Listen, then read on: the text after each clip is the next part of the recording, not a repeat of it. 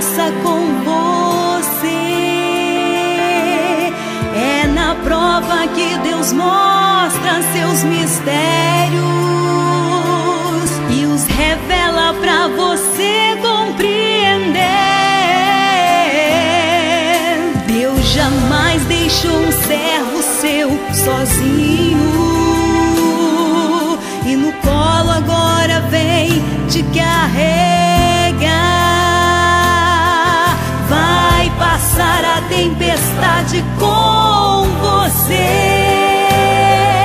e o troféu em suas mãos vai entregar.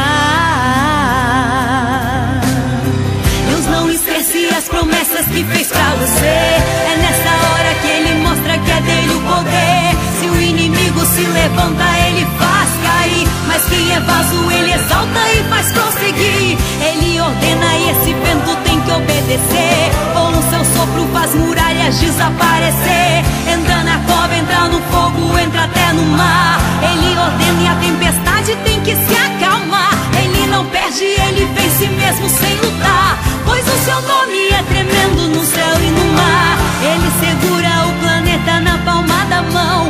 A sua luta não é nada pro seu Deus, irmão. Antes que saia uma palavra da sua boca, Deus já conhece o que se passa no seu coração. Ele já ordenou seus anjos, eles estão neste lugar. Hoje é seu dia, glorifique, não pare de louvar. Acredite, irmão, confie. Chegou a hora de hoje, não vai passar. É agora, receba a vitória.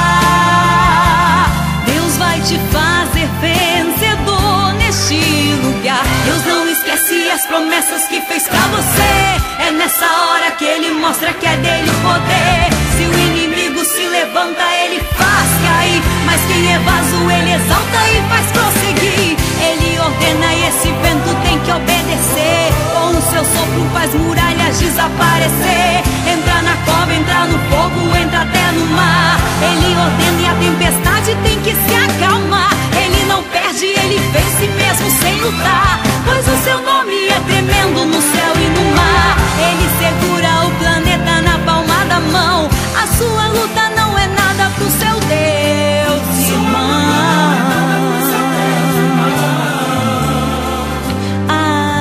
Acredite.